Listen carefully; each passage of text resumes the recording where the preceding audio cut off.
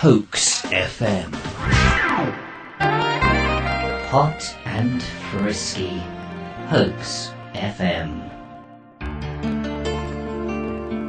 Rabid man kills bat. A gorgeous 250-year-old vampire bat died today as a result of a rabies-infected human. The Scottish naturist David McFoamingmouth was running amok last night in a Dundee belfry, pretending he was Buffy the Vampire Slayer. He was reported to be stark bollock naked, wearing a blonde plastic wig and only a fig leaf to cover his modesty. Using special magic powers he'd borrowed from Archangel Gabriel, alias Harry Potty, the infected human subspecies was tormenting the sleeping colony of rare Transylvanian blood bats by biting their wings off. It's further said that he boiled some of the garlic-fearing nocturnal creatures in a large vat of sugar and aspic to make a new brand of vampire marmalade. Harry Houdini reports. Yes, it's Harry Houdini!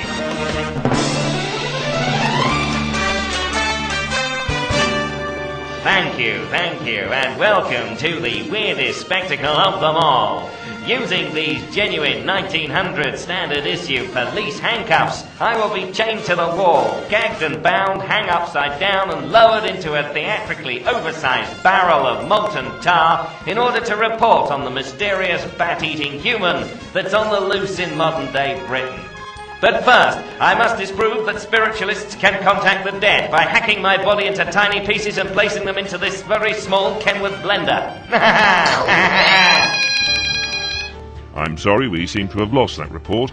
I'm not totally sure that Mr. Houdini was the most suited journalist to have hired anyway. I can tell you, however, that the government has warned the general public to be on the lookout for any mysterious persons jumping about with arms and legs akimbo like some dynamic teenage mutant hero Terrapin, with what appears to be washing up liquid frothing at their mouths. If you do spot anyone like this, please contact the Bat Protection League immediately, then shoot yourself for health reasons. This is Hoax FM.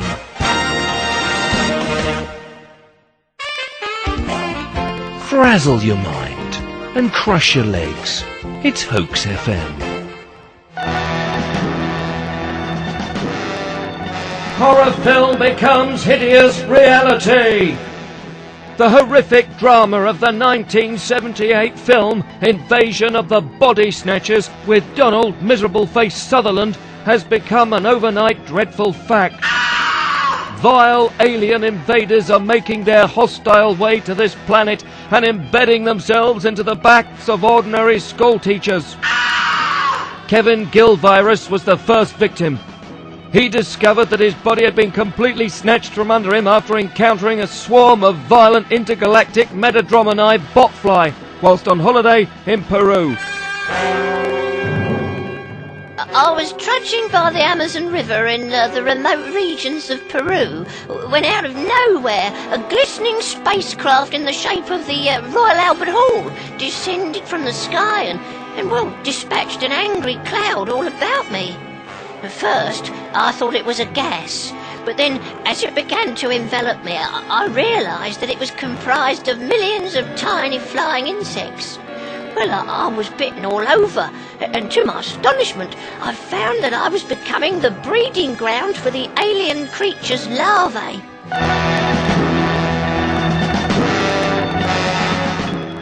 Within minutes, Kevin's normally slender frame swelled to gross proportions. The skin became thick with wriggling space maggots. He writhed in agony for 14 days, taking an assortment of painkillers and antibiotics, but nothing could prevent the invading creatures from taking over his body until it was a quivering lump of rancid jelly and mass orgy of undulating aliens. It took my girlfriend and I about 62 years, I suppose, to squeeze out each of the intruding astrobugs from my body. Christine concentrated on bashing the little blighters on the head with the heel of her shoe. Oh, it was a gruesome sight, but curiously they tasted quite nice and made a good sandwich filler.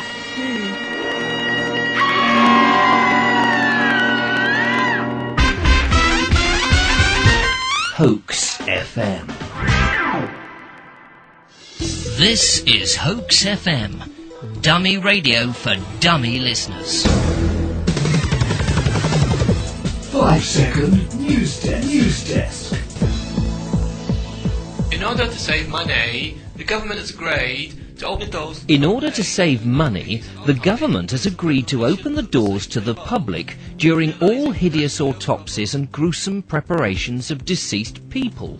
Realising the national health coffers could be swelled beyond anyone's expectations, and morticians could make an absolute fortune by simply selling tickets and employing Dr. Gunther von Haggles to slice open lifeless cadavers, the government have now teamed up with Channel 4 and commissioned a new reality TV show, Dead Man Carve Up, with an online digital webcast so anyone in the world who fancies a quick puke can easily be stimulated into vomiting by watching this artificial and highly polished show. Carol Smiley and Davina McCall have been proposed. Carol Smiley and Davina McCall have been proposed as potential presenters. Hoax FM.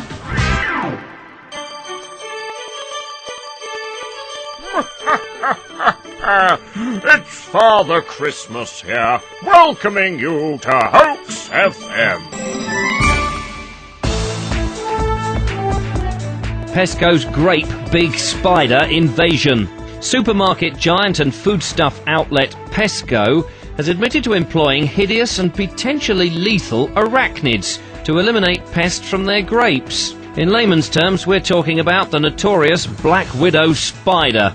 A 42,000-strong army of the deadly Californian eight-legged monsters march up and down the vineyards on the west coast of America, carrying 6 loaded and primed Kalashnikovs, 20 stun grenades, 3 dozen vintage 1940s Lee Enfield rifles, and 80 cases of live ammunition, in order to prevent enemy insects infiltrating and attacking the precious crop of succulent fruit. The Black Widows are unmistakable, with their distinctive red markings on their backs, hood and combat boots, not to mention socks, flak jacket and multi-purpose elasticated underpants, all available in army surplus stores nationwide.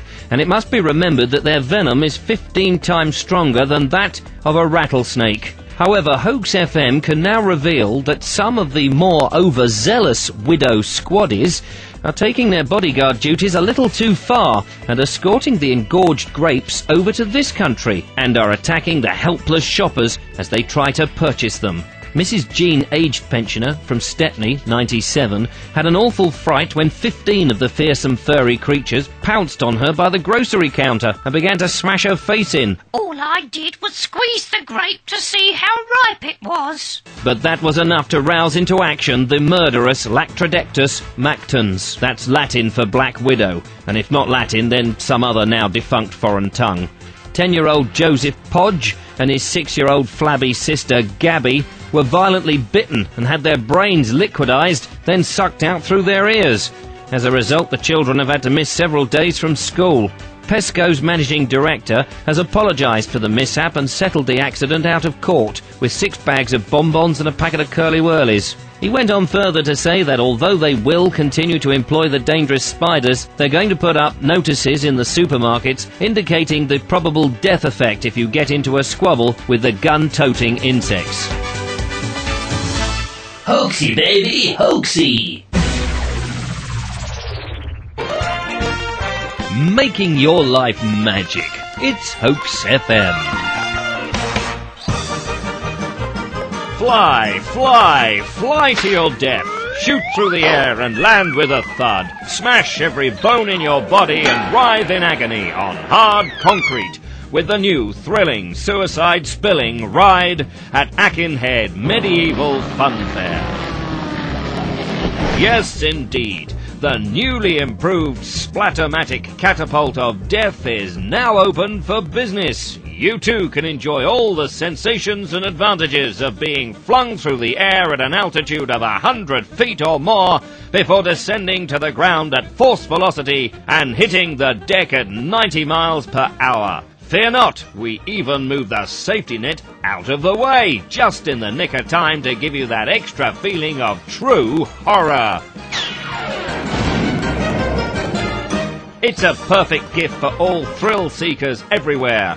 And here's what you get with our special introductory offer. a fail-safe guarantee to shit yourself rigid, a chance to be trussed up like a turkey and ejected into space at terminal speed, a 1-ton weight of cast iron flinging you into the outer stratosphere from our medieval design torturous Catapult. And remember, it will have only been tested 6 times previously. 2 hours of leg and spine injuries and 120 minutes of special pampering from the emergency services. And if you sign up this week, you also qualify for a free 20-minute ride in a rescue helicopter with tons of top-of-the-range medical equipment after being airlifted from the danger zone. It's a must for manically depressed and moronic students everywhere. Call us today and die tomorrow. Atkinhead Medieval Fun Fair.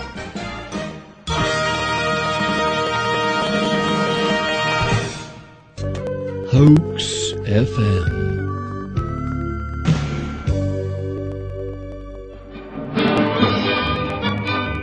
News from the pews. Winston Churchill stormed into BBC offices last night demanding to be put first in their Greatest Britain poll. Wartime Prime Minister Winston Leonard Spencer Churchill, aged 129, from Plot 77, Westminster Graveyard, shocked producers of the television special by revealing that not only was he alive and kicking, but that he was still at war with anyone who wanted to pick an argument with him. He is quoted as saying, "I shall fight you on the beaches and in the landing grounds in order to achieve greatness in this poll. Never before has so few voted for so many. I shall never surrender." Charles Darwin, William Shakespeare and Isambard Kingdom Brunel, reclining on the comfy TV sofas midway through the debate, were gutted by the sudden appearance of the former PM and slinked off to the pub to enjoy several pints of formaldehyde to commiserate their loss. Winston accepted the honour gracefully, puffed on his massive cigar and stuck 2 curt fingers up at the cameras, telling gawping viewers, "God bless you all. I am the Greatest Britain now. But this is your victory. Now push off and enjoy your powdered egg."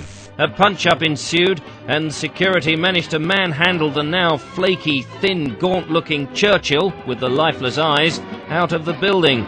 As he was being thrust through the door, he said, "Turn that bloody light out. Don't you know there is a war on? And I'm a moron." With that, he collapsed into a dry, powdery heap of dusty rags, broken bones, and dead skin.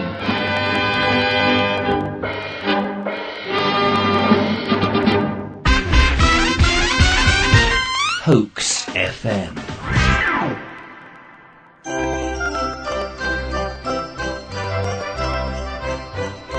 Christmas comes early to Hoax FM. Keep listening for more spoof stories and libelous lies.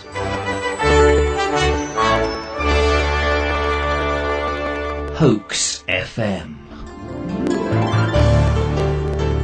Teacher blown to smithereens. Last night, a chemistry teacher was tied to a chair and a 15-pound lump of plastic explosives attached to the underside of the seat as part of a typical classroom experiment.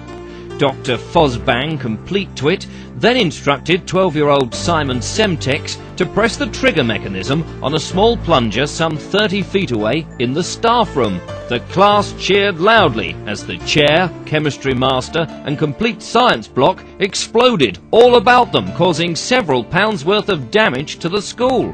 However, the headmaster was delighted and congratulated the pupils on their fine coursework, giving them each grade A's and large red ticks. He further suggested that for homework they might try and develop a hydrogen bomb. The Department of Education have praised the school for its immediate application of its new recommendations, the teaching of bomb making as a way to keep children's interest in lessons, and were pleased to announce that the comprehensive Boom Sky High in Bangor were planning an inter-school soccer match with a ball specially designed by a pupil who's a distant descendant of wartime hero Sir Neville Barnes-Wallis, famous creator of the bouncing bomb.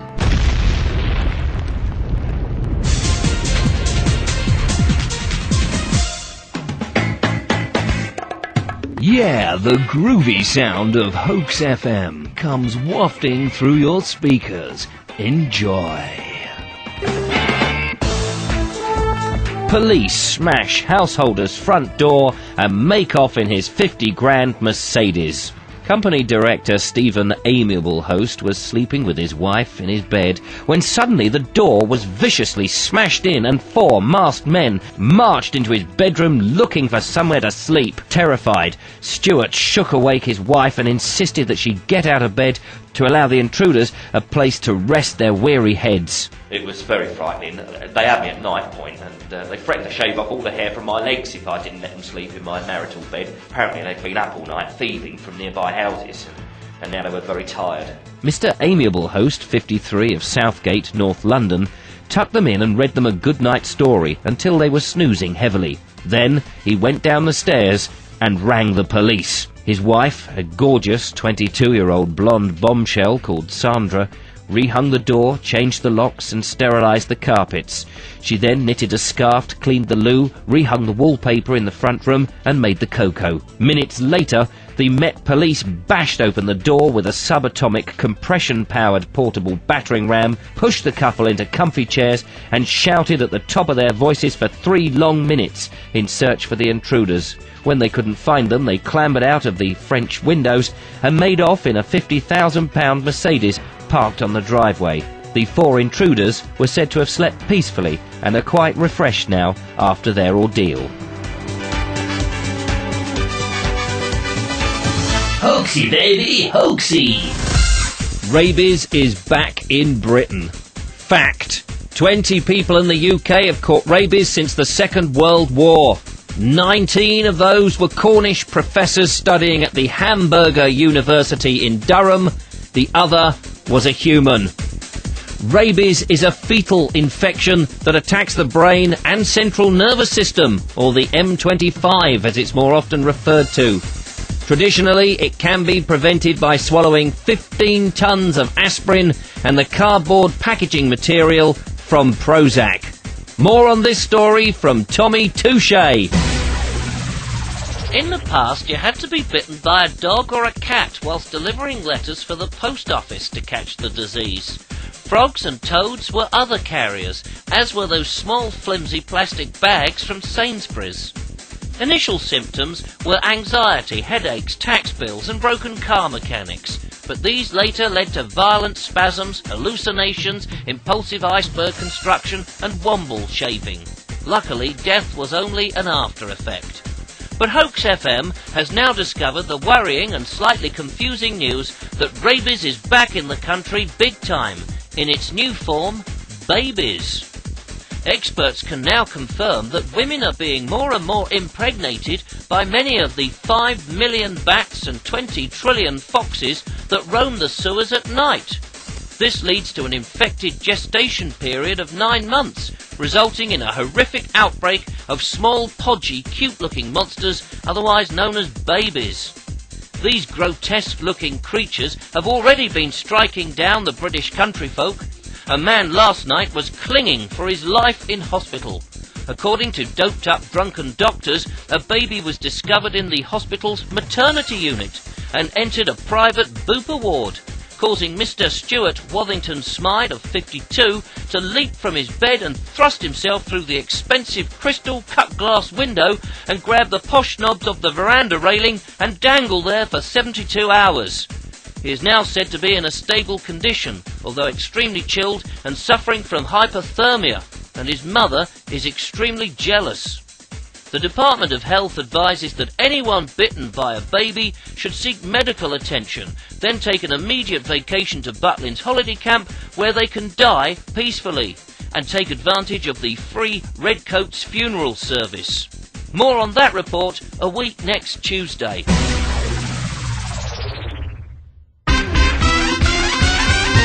Hoax FM.